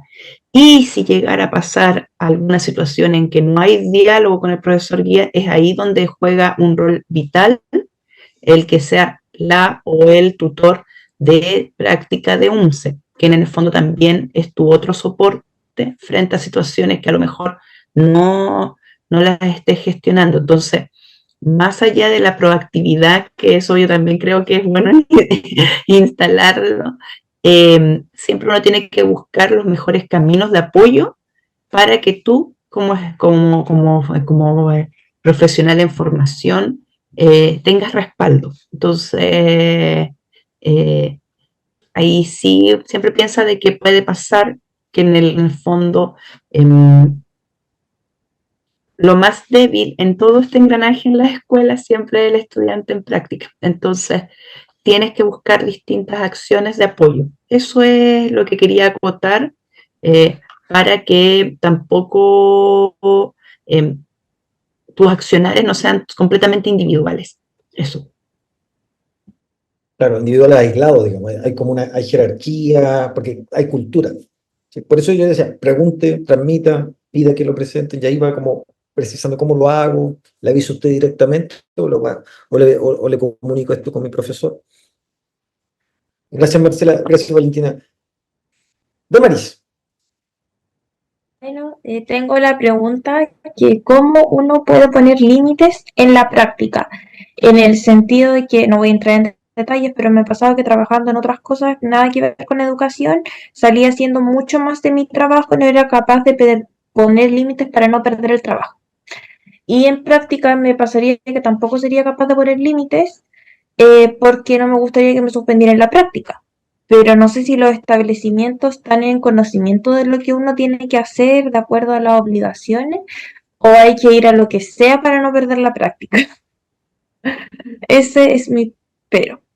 Mire, su pregunta es muy importante, Damaris. Ocurre que la cultura del trabajo en Chile está muy caracterizada por como que dentro de esta idea de la multitarea o estar siempre disponible, genera que se pierda el límite. De hecho, eso aparece en el caso chileno, cuando uno revisa las encuestas de salud mental en el trabajo. Curiosamente, el caso chileno es este de indefinición de rol. Como que estoy como, voy a decirlo así como un chileno, digamos, a lo mejor lo han escuchado sus papás, por lo menos yo lo escuché así del mío. Me decía, es como que en el trabajo no está como para la batalla y el combo. Es como una idea de que está como a disposición de todo, ¿sí? En este caso es retail, de lo que sepa. Por ejemplo, que está toda esta idea de la multitarea, ¿sí? Bueno, eso implica, claro, desde cuestiones formales, porque uno puede ponerse como muy pesado, pero entiendo tu punto cuando dice, bueno, pero ¿cómo lo hago para no perder la pega? Yo cuando por lo menos, esta es una respuesta la que yo le planteo a mis estudiantes cuando yo superviso prácticas de psicología en la escuela. Siempre planteé, bueno, mire, no le puedo responder en lo inmediato a lo que usted me pide, voy a consultarlo con mi profesor de la universidad, a ver qué me dice. Pero me gustaría como darle una vuelta, ¿sí? Le puedo contestar mañana. No le estás diciendo que no, los vas a pensar y después uno puede dar una respuesta formal y ahí uno le pregunta al profesor de acá en la universidad, oiga, mire, me pidieron esto en el trabajo, yo no sé si esto tiene que ver o no, tengo una duda con eso. Y ahí uno pide apoyo para saber cómo responder o poner un límite, ¿sí? Ya. No sé si le hace sentido lo que digo, Damaris. Sí, como que me han dado consejos similares, pero claro, como que yo creo que en el espacio laboral o en todo trabajo en equipo, los que no sabemos poner límites, lo pasamos muy mal porque no somos capaces de decir que no. Claro, uno tiene un temor. Y eso tiene que ver con nuestra cultura, como decíamos, lo que se dice así, voy a decirle como una palabra como difícil, a lo mejor, la cultura hacendal, como de la hacienda. En Chile la cultura del trabajo tiene esta lógica de que alguien es patrón de fondo y manda, y si no le gusta, bueno, ahí hay más gente, hay quienes están esperando. Pero por eso también es importante no decir inmediatamente que no sabe que eso no lo voy a hacer.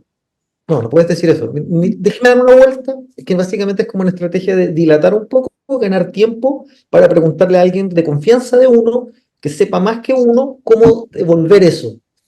Decir, mire, porque uno puede decir después, en vez de decir no, inmediatamente, mire, ¿sabe qué? Lo conversé, le di una vuelta.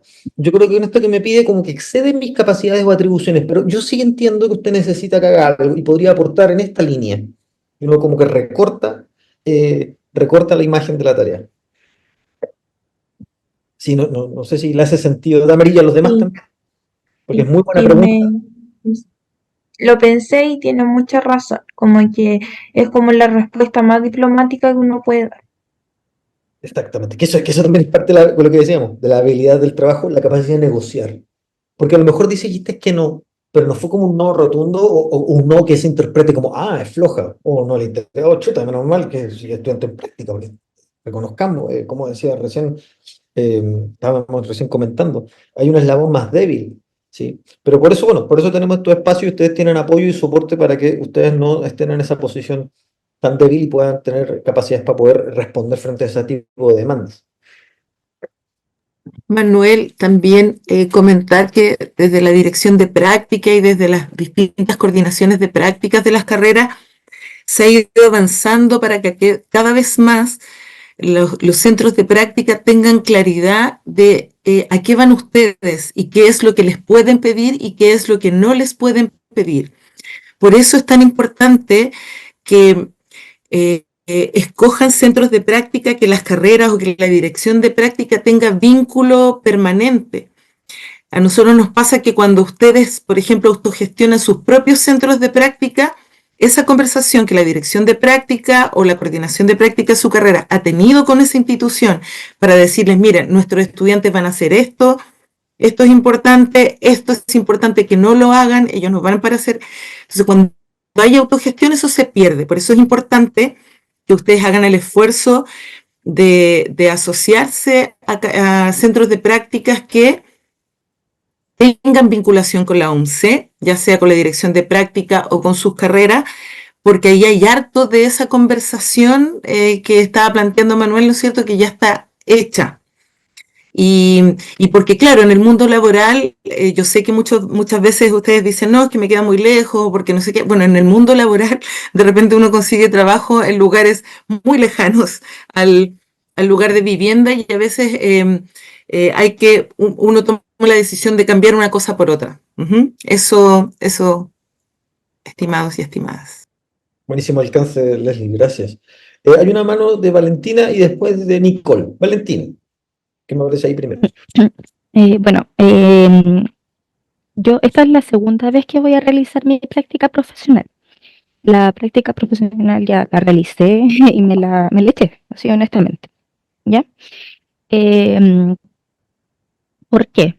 O sea, éramos 3 compañeros y 2 nos echamos la práctica porque, bueno, no teníamos como mucho contacto con el profesor guía y hubo maltrato, directamente hubo maltrato. Nos separaban al comer, al tomar desayuno, nos pusieron 3 sillas y nos interrogaron por unos robos, muchas cosas que sucedieron donde los profesores no querían hacer trabajos con nosotros para hacer articulación curricular, etcétera.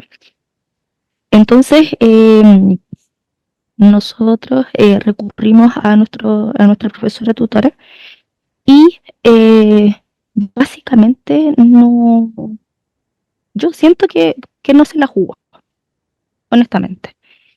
¿Y dónde vamos como escalando para poder ir haciendo estos comentarios? Si la profesora tutora no te toma en cuenta o no sé, ¿cómo a quién vamos escalando? ¿En nuestras carreras o vamos escalando en el lado como de práctica profesional, en el departamento de práctica? Eso. Y se leyó mi mensaje interno, por favor. Gracias. Manuel, ¿me dejas como Sí, eso mismo iba a plantear. Sí, mira, efectivamente en el establecimiento tu soporte, tu acompañamiento es tu profesional guía. Si hay problemas con tu profesional guía, ¿no es cierto?, tienes la segunda persona que es como la que está más cercana y acompañando tu proceso en específico, que es tu tutor o tutora UNCE, ¿cierto? Sin embargo, si es que esa relación aún así se ve dificultada, tú tienes al coordinador o coordinadoras de práctica de tu carrera. Ese es, como uno podría decir, como el conducto regular, y obviamente la dirección, la dirección de tu carrera. Y también, que eso puede ser cuando converses, si encuentras tú que la coordinación de prácticas de tu carrera o tu carrera no dio respuesta, está la dirección de práctica. Pero independiente de eso, la dirección de práctica, para contarte que estamos ahí a la entradita en la casita amarilla de la UNCE, está abierta siempre para que ustedes puedan, digamos, llegar a manifestar sus dificultades. Pero ese es el conducto regular.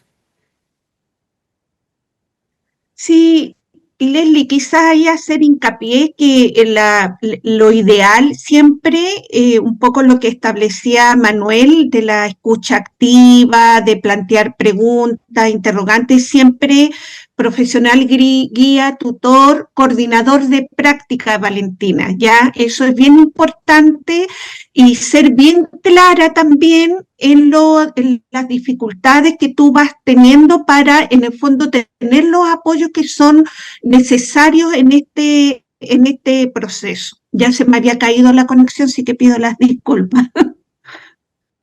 Y además también yo quiero acotar algo. Nosotros, disculpa Manuel, que vamos a tener que hacer este bypass un ratito.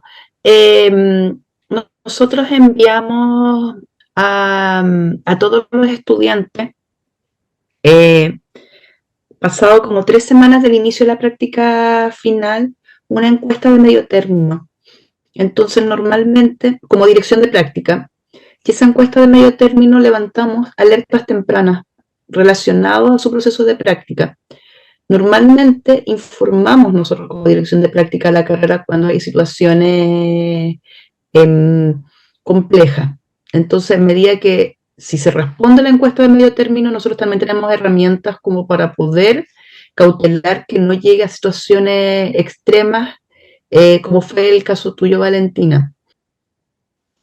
Y se entrega la encuesta en base a la información que dan las carreras de sus correos electrónicos. Entonces ahí también es importante que el correo electrónico que ocupen sea el correcto.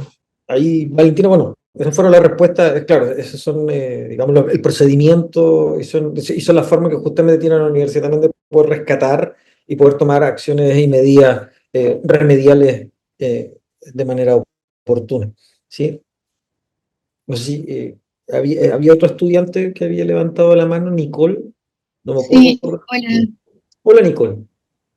Mi duda va igual relacionada a lo que se mencionó antes de esta pregunta, respecto a los centros de práctica, a la gestión que uno puede hacer o el escoger el centro de práctica, no sé si está bien, porque yo pensaba que los centros eran designados, pero ahora entiendo que uno los puede escoger. Si es que me puede como aclarar esa duda, porque lo que pasa es que yo igual no soy de Santiago, yo soy de región. Entonces, para mí, personalmente, sería muchísimo más valioso en todos los sentidos hacer, por ejemplo, mi práctica profesional donde yo vivo, que aparte es un sector rural que se serviría, encuentro yo, y ellos igual me lo han comentado, que hubiera más apoyo, por ejemplo, de diferencial, que es lo que estoy yo. No se indicó eso, Nicole. Se indicó de que en el fondo la universidad genera diferentes centros de práctica. Hay situaciones en que era una práctica hasta el 2019 habitual en la universidad, que los estudiantes en algunas carreras gestionaban por su propia cuenta las prácticas.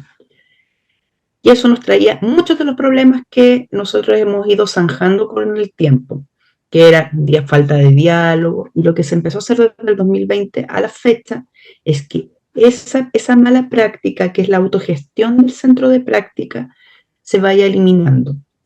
Y por eso que se menciona que en el fondo siempre se va a priorizar que el estudiante tome los centros de prácticas que ya están validados por la carrera para su proceso de práctica. Eso es la indicación general de la universidad. Entonces, por eso también se indica que no a la autogestión de la práctica. Okay. Entonces, no, eso era. O sea, Nicole, a nosotros nos encantaría de que todos los estudiantes pudieran tener experiencias variadas y que fuera lo más cómodo para el proceso. Pero la verdad es que ahí los diálogos pasan por la carrera y la carrera normalmente busca espacios que sean lo más probado posible. Cuando no son espacios probados, siempre tenemos problemas posteriores en el proceso. Y Nicole, yo creo que siempre es importante conversarlo con tu coordinador de práctica, ¿ya? Entonces, si por alguna razón no lo has planteado, considerar que siempre se va a insistir en que no sean los establecimientos autogestionados, porque eso siempre va a provocar problemas. Pero sí hay consideraciones a través de la movilidad estudiantil, ¿ya? Entonces no sé ni en qué región, si tú lo has planteado a tu coordinador de práctica, después me puedes escribir por interno, por el chat, para que veamos tu caso en específico. Ya, sí, muchísimas gracias. Yo igual lo conversé en su momento con la encargada, pero por una u otra razón, quizás no fue el momento ideal. Pero sí, puede que haya sido muy tarde. Veamos. Yo creo que fue sí. por ahí. Pero agradezco igual la información y ahí voy a mandar los mensajitos entonces. Muchas gracias. Ok. No sé si hay duda, Marcela, para continuar, para cerrar la charla de Manuel y continuar con los aspectos específicos de la práctica.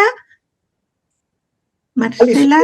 Alison tiene la mano levantada, pero no sé si es pregunta en torno a la temática de Manuel o ya viene el reglamento, porque si el reglamento la podemos guardar para más rato. Hola, buenas tardes. Yo tengo una pregunta para Manuel. Está relacionado con liderazgo. No sé si me escucha bien. Sí, la escucho. Está relacionado con liderazgo, en el caso a entender. A mí me gustaría algún consejo como de liderazgo o de control de masas, porque a mí personalmente me gusta mucho esa área y siento que es un rol esencial para ser docente. Entonces, quizás algún consejo como relacionado a eso tendría súper bien. Bueno. Claro, entiendo, Alison, cuando usted dice como liderazgo entendido como manejo de grupo. Sí, claro, manejo de grupo. Bueno, yo creo que ahí lo principal es entender que en el manejo de grupo usted es un representante de la institución para los estudiantes, un representante de esa escuela, del mundo, como por decirlo, de los adultos de esa escuela. Entonces yo creo que es importante poder también entender que a veces hay grupos en los cuales para poder hacer este manejo, que no es controlar, ¿sí? Muchas veces no se trata de controlar o evitar que los estudiantes hagan algo, sino que implica muchas veces tener claro un encuadre de trabajo, poder pedir apoyo para ver si hay cosas que los inquietan. Los estudiantes a veces pueden estar inquietos por a veces razones, no tiene que ver con una cuestión suya de, por decirlo, de liderazgo entendido como carisma, como que usted tenga una suerte de, como de hálito, halo, una cosa media mágica de que uno imponga autoridad, liderazgo en un grupo. Yo creo que es importante en ese sentido poder escuchar y abrir espacios de qué es lo que ocurre, digamos, no comprometer soluciones, no entrar como con cuestiones tampoco medias admonitorias, sermonear, poner la sanción encima, lo que no significa que no haya límite. Siempre pensamos que el espacio del aula es un espacio de palabra, digamos, donde las personas circulan sus afectos, sus ideas. Y es importante en ese sentido abrirse, a ver, por ejemplo, yo lo hago así, veo que están un poco inquietos, pasa algo, hay algo que quieran comentar, algo que los esté preocupando, porque podemos darnos 5 minutos para poder saber eso y yo puedo transmitirle quizás a alguien más en la escuela lo que a ustedes les pasa, porque de verdad los quiero escuchar, pero si están con este nivel de ruido, porque están inquietos, no voy a poder hacer no podemos poder hacer la clase. Abrirse a eso, ¿sí? Escuchar, no prometer una solución, armar un problema. Esto pasa. Sí, que mire, lo que pasa es que, esto pasa, ya han intentado hacer esto, con quién han hablado, sí, pero no. Mire, yo no les puedo prometer soluciones, pero puedo transmitir esto para ver cómo podemos arreglarlo, ¿sí? Entonces no hay que entrar como a quién es más fuerte, a controlar, retar, amenazar, ¿no? Porque eso no va a funcionar. Ustedes también fueron estudiantes y a lo mejor pueden recordar también, Alison, a profesores, profesoras que la marcaron a usted por la manera de hacer las clases. De hecho, gran parte de cuando uno hace una clase, gran parte, digamos, de la variable que afecta nuestra, por decirlo así, nuestra performance, nuestro desempeño, son esos profesores y profesoras que nos marcaron. Sí, que nos marcaron en términos de la manera en que tenían de hacer las cosas. Entonces, por ahí podría también uno inspirarse en esas formas, ¿sí? No sé si respondo, porque es un tema súper interesante De hecho, es algo que uno podría trabajar puntualmente, ese tipo de inquietudes, porque lo que tú estás preguntando es sumamente valioso y muchas veces no está tan explícito en los procesos digamos, de formación, y es a lo que uno se enfrenta en la práctica.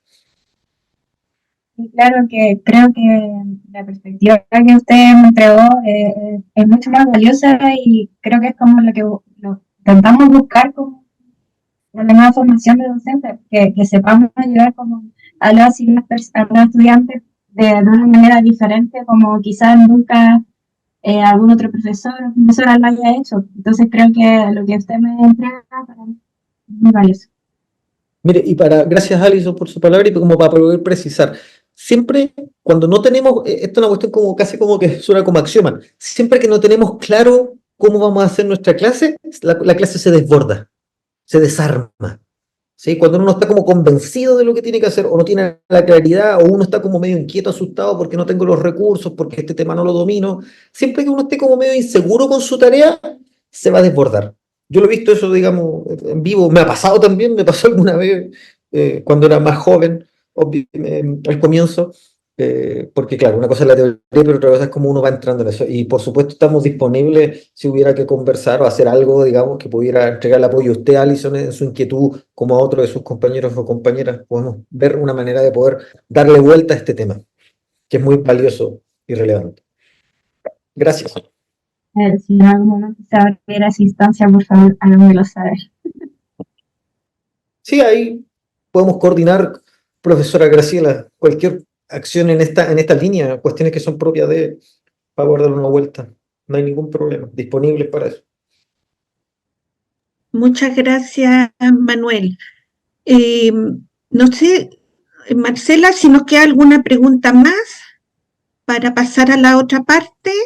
No hay ninguna mano levantada ni tampoco pregunta, así que podemos seguir en la segunda parte de la semana de inducción, que se acerca más al tema del reglamento, pero recuerden que esta parte son lineamientos generales. Todo lo específico lo tienen que abordar en la semana de inducción de la carrera.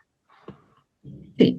Hoy le damos las gracias a Manuel Cueva, como siempre, un excelente colaborador de la Dirección de Prácticas, así que Manuel, muchas gracias porque realmente yo creo que nos da como una nueva mirada respecto a los desafíos que implica ser profesional, ¿no? Y sobre todo enfatizando como en estas capacidades blandas o socioafectivas también que se requieren finalmente para integrar, ¿cierto? O integrarse a una comunidad profesional en la escuela, en el centro de salud o como director de orquesta. ¿Ya? Muchas gracias, Manuel. Muchas gracias. Entonces, yo me despido, gracias y bueno, felicitarle a todos los estudiantes, los mejores deseos en este proceso final de su formación, porque también, digamos, creo que es muy valioso para nuestra sociedad que haya quien elija tareas tan complejas como cuidar, formar, transmitir la cultura a otros. ¿Sí? Quienes trabajan con personas, para mí merecen siempre todo mi respeto y admiración porque implica hacer una tarea de absoluta y preciosa responsabilidad. ¿Les dejo mi correo también, profesora? Sí, por supuesto, Manuel. @umce.cl, ahí está el correo, se los dejé en el chat. Y bueno, yo estoy acá en el Centro de Salud, acá en la DAE, sí, disponibles también para poder conversar y poder generar acciones en conjunto. Así que bueno, buen descanso en el momento que los que puedan descansar, buen segundo semestre también para todos y nos estamos viendo. Yeah. Muchas gracias, Manuel. Chao, chao. Chao. Entonces, vamos a seguir con la presentación, ahora entrando como directamente al reglamento de práctica, pero hay una primera parte que nos gustaría enfatizar, que algo Manuel ya mencionó. Si podemos, Cristian, avanzar. Si lo puedes poner completo, cierto que es como, yo diría básicamente, recordar, cierto que hemos realizado un trayecto formativo en que muchos llegamos a la universidad con una idea de lo que queríamos ser profesores, ser profesional del área de salud, la música, ¿cierto? Y en este ingreso en la universidad hemos podido ampliar nuestro conocimiento, las prácticas ahí han sido fundamentales, ya, pero hoy día, ¿cierto? De este rol de estudiante que Manuel enfatizaba, ahora vamos a pasar a un rol profesional en que vamos a seguir aprendiendo. Vamos con la siguiente, Cristian. Ya, y en esta práctica profesional, ¿cierto? Que ya avanzamos, ¿cierto? Como profesionales en nuestros centros de práctica en que nos vamos a tener que integrar a equipos de trabajo, a comunidades profesionales, ¿cierto? Ahí queremos enfatizar lo importante que es la responsabilidad, leer los contextos. Manuel hizo mucho hincapié en el escuchar, el comprender la cultura, ¿cierto?, profesional de ese centro de práctica, los vínculos que son también importantes, el comunicar asertivamente, ¿cierto?, el ser claro en poder comunicarnos, el compromiso y el respeto. Y aquí también queremos hacer algo, queremos hacer hincapié en cómo nos comprometemos, ¿cierto?, con esta comunidad y entendiendo también el aporte que podemos realizar a ella. Ya muchas veces nos encontramos que los centros de práctica, la gran crítica que a veces nos hacen es que el estudiante hace su clase o hace su atención y se va, ya, y no se involucra en la vida de esa organización.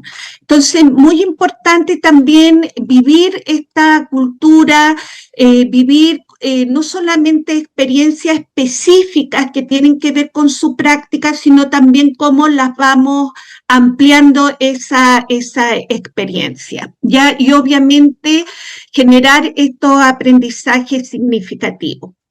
Algo que ha salido en esta reunión que consideramos que es muy importante acompañar, ¿cierto? Ustedes van a tener un profesional guía en el centro de práctica y también un tutor de práctica UNCE.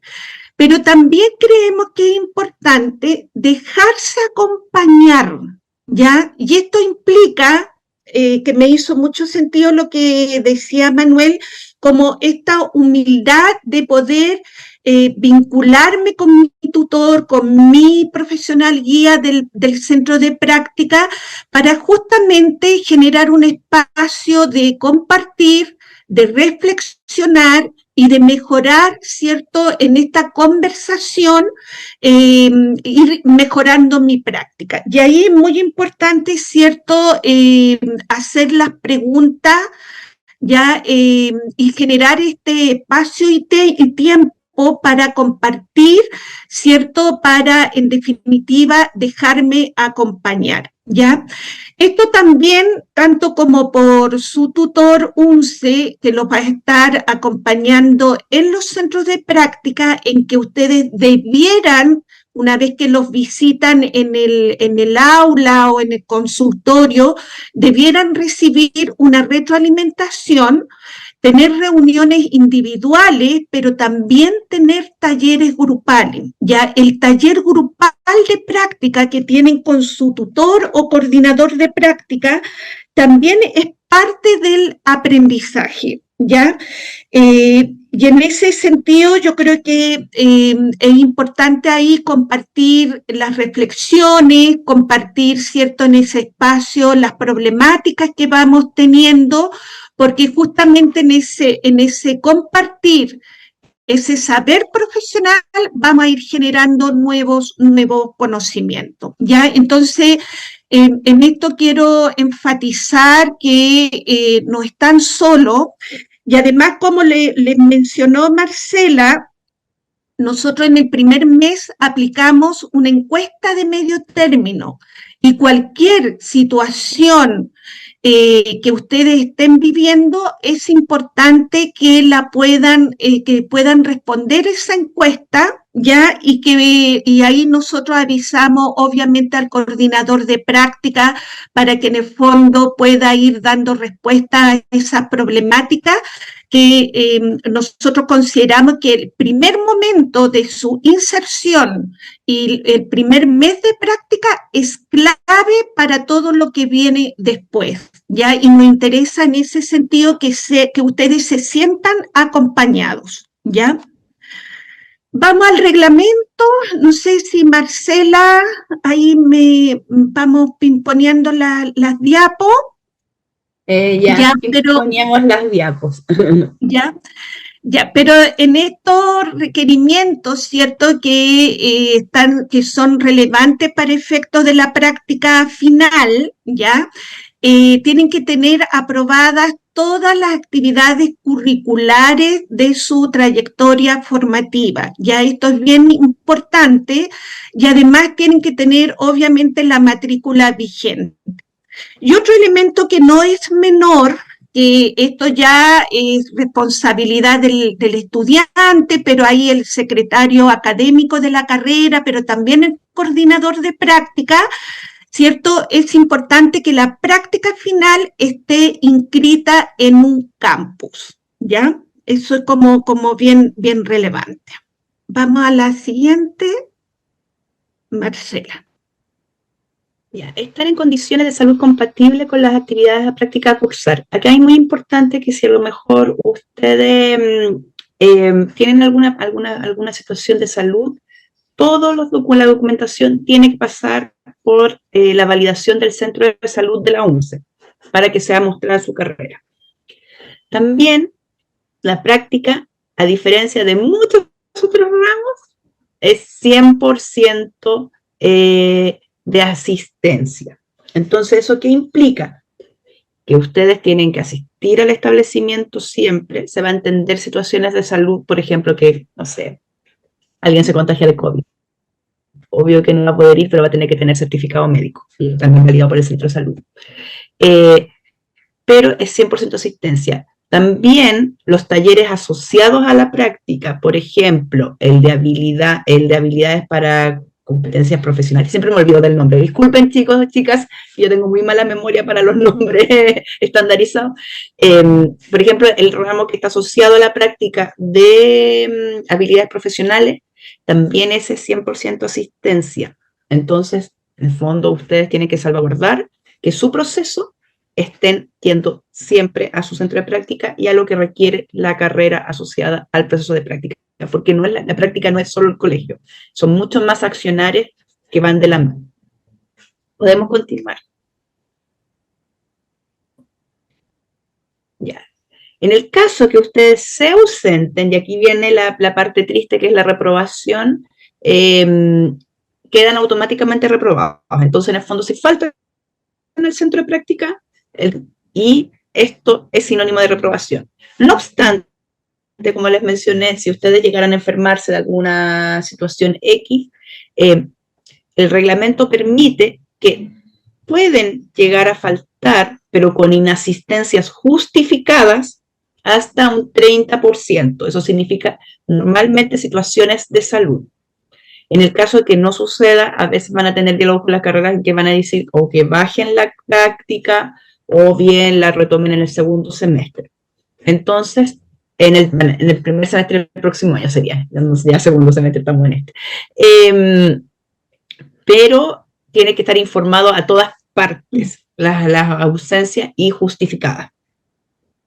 Sí, aquí siempre recordar que el conductor regular es el profesional guía, el tutor y coordinador de práctica para justificar las ausencias, ¿ya? En el caso de paralizaciones, ¿cierto? Siempre informar al tutor de práctica UNCE, y aquí nosotros un hincapié que hemos realizado es que la labor docente, la labor profesional debe continuar, ¿ya? Y en el caso de que se extienda el conflicto, ahí en conjunto con el coordinador de práctica, vemos, ¿cierto?, si es factible, si es posible dentro de un rango de tiempo aceptable, un posible cambio de centro de práctica, pero en general no llegamos a esa pocos casos hemos tenido respecto a eso. ¿Ya? Todo son debe ser paralizaciones sí. en el centro Dale, de práctica, por si acaso. Centro de práctica, paralizaciones en el Dentro centro de de práctica. Sí, sí, eso es bien importante en el centro de práctica, sí. Y todo debe ser informado al tutor de su carrera y al coordinador de práctica, volver a hacer hincapié en eso, ¿ya? Y Marcela. Interesante lo que menciona Carlos Ormazábal. Dice, profesora, en el punto de asistencia en el segundo semestre con la selección de fútbol vamos a competir al nacional, en donde es una semana en Temuco y en esos casos se puede justificar inasistencia avisando con anticipación. Por supuesto que eso te lo conversas en tu carrera, porque si eres seleccionado se va a entender. Lo más probable es que la carrera va a generar soluciones como, a lo mejor, alargue de una semana posterior al cierre o bien aumento de las horas de la práctica en un periodo determinado, pero eso tiene que ser consensuado completamente con la carrera. Lo que no puede pasar es que tú el día antes de irte al torneo digas, oh, tengo torneo y no asistas. O sea, indicando desde el principio no es problema porque se puede gestionar los tiempos. Sí. Marcela, hay una pregunta de Valentina Barrios que dice, ¿la licencia o documento se debe entregar al centro de salud? Sí, se debe entregar al centro de salud, pero además usted tiene que avisar a su profesor guía, en este caso del centro de práctica, y a su tutor de práctica, ¿ya? O sea, no debiera pasar más de un día, porque usted la licencia, ¿cierto?, la recibe un día, al otro día ya debiera estar informando inmediatamente.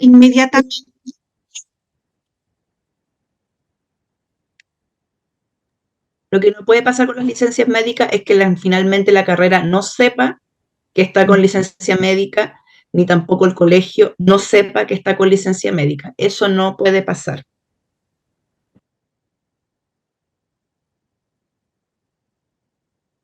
Vamos bueno, a lo importante. Yo pensé que lo ibas a decir tú, Graciela. Disculpen, chicas. Ya. Los documentos a presentar. Estos documentos son todos en base a lo que ha ido solicitando cada vez más el medio escolar, por si acaso.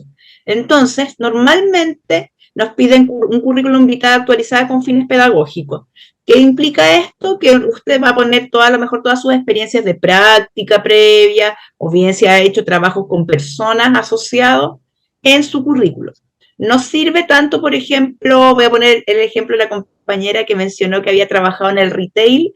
Quizás no es tan útil para fines pedagógicos poner de que trabajó en el retail, pero sí a lo mejor si trabajó haciendo apoyo a clases particulares, por ejemplo, puede ser un buen ejercicio de experiencia laboral dentro del currículum. Hay un modelo que va a estar en el segundo semestre en la plataforma, en el e-virtual, dentro de los documentos adjuntos, de cómo pueden construir un currículum vitae si no lo han hecho anteriormente. Cada vez es más simple el modelo de currículum vitae, no excede una página normalmente. Entonces eso debería estar en su ficha de presentación. También el certificado de antecedentes con fines laborales que se solicita al registro civil de forma online. También el certificado de inhabilidad para trabajar con niños y niñas, que también se solicita en el registro civil y de forma online. Una carta de presentación por carrera. Su coordinador de carrera debería facilitarle esta carta. El instructivo del seguro escolar obligatorio, que también se encuentra en el e-virtual y ustedes lo descargan y también lo pueden adjuntar. Y ahora se ha agregado un nuevo certificado que están pidiendo los centros de prácticas, que es el certificado de inhabilidad por maltrato relevante, que también se solicita de la misma manera que los otros certificados anteriores. Generalmente, muchos de estos documentos se los va a facilitar igual su coordinador de práctica y muchos de estos documentos también están en el de virtual práctica, así que lo pueden encontrar varias cosas, qué es lo que les falta, mirar en el espacio y otras cosas se piden en el registro civil. Pero esta documentación es la que piden normalmente todos los establecimientos educacionales.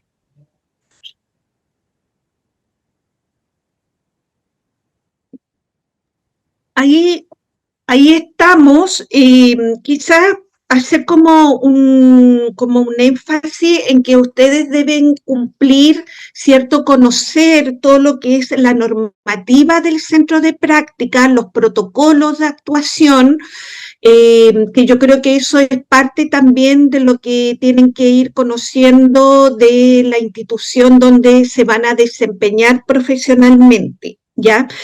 Y lo otro que nosotros como universidad siempre estamos desfasados, en el caso principalmente de los centros educativos, ¿cierto? Que estamos siempre desfasados en nuestras vacaciones. Y siempre hay centros de práctica que solicitan, ojalá que empiecen antes, que vayan a ver el centro, que lo conozcan, ya, pero eso es parte de las indicaciones, ¿cierto?, que les va a ir dando también cada una de sus carreras, ¿ya? Yo creo que otro elemento importante que frente a cualquier situación de apoyo que ustedes requieran, es importante que se lo comuniquen a su tutor o coordinador de práctica, porque ahí podemos coordinar apoyo específico con la DAE o con el centro de acompañamiento, ¿ya? Pero no dejar que las situaciones los vayan como desbordando, porque es importante, como decía Manuel, prevenir estas situaciones y tenemos estos soportes institucionales que están para brindarle el apoyo que requieren. Les deseamos más que éxito, el mayor de los aprendizajes en esta etapa. Siempre mirarlo desde las fortalezas, desde los aprendizajes positivos y ver aquellas y visualizar quizás como esto que mal llamamos debilidades como aspectos ciertos a mejorar, que yo creo que eso es bien importante. Sí, la coordinadora de práctica de inglés es la directora de carrera María Eugenia Hernández, ¿ya? Eso, sí que un abrazo, a prepararse bien, yo diría también a tener sus espacios de autocuidado y principalmente apoyarse en el profesional guía y también en sus tutores de práctica. Ya, muchas gracias y que tengan una buena jornada.